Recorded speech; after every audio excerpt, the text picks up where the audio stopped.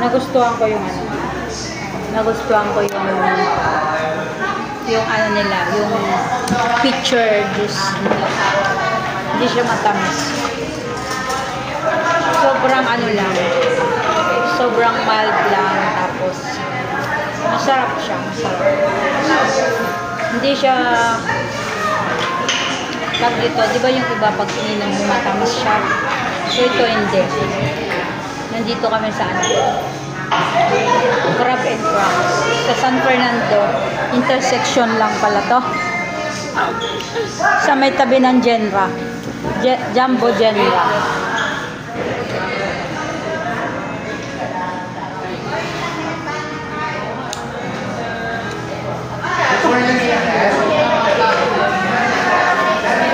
$4,499 pala yung napili natin.